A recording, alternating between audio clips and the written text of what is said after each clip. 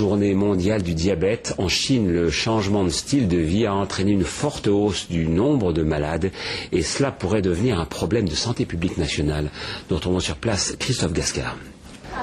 C'est un problème de santé publique qui intéresse de plus en plus les Chinois. Dans cette pharmacie, ils sont nombreux à demander un test de glucose. Il y a encore 10 ans, rares étaient ceux qui connaissaient cette maladie.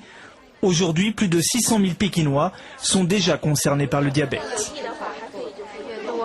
Il y a de plus en plus de diabétiques en Chine, presque 1 million de nouveaux cas par an. Il y a beaucoup trop de graisse dans les viandes ou les poissons que les Chinois mangent tous les jours.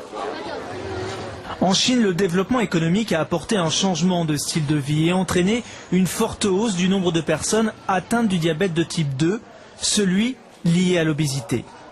Dans les centres-villes, les fast-foods ont changé les habitudes alimentaires. Dans le centre de Pékin, ce phénomène est pris très au sérieux. Des conférences comme celle-ci attirent de nombreux Chinois. Ici, on explique qu'un bol de riz ou des légumes sont toujours mieux qu'un hamburger.